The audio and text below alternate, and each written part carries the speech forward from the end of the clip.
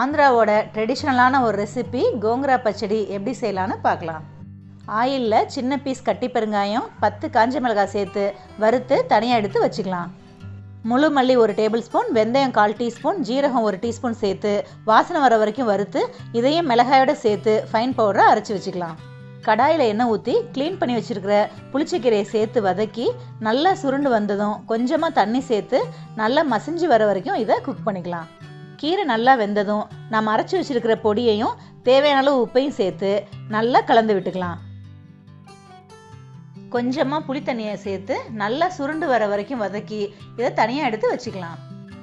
ஆயிலில் கடுகு, ஜீரகம், வெந்தயம், உளுந்தம்பருப்பு, கடலைப்பருப்பு, காஞ்ச மிளகாய், கருவேப்பிலை தாளித்து 10 பல் பூண்டை நச்சு போட்டு அது கூடவே குக் பண்ண கீரையும் சேர்த்து கலந்ததும் இறக்குனா அட்டகாசமான கோங்கரா பச்சடி ரெடி.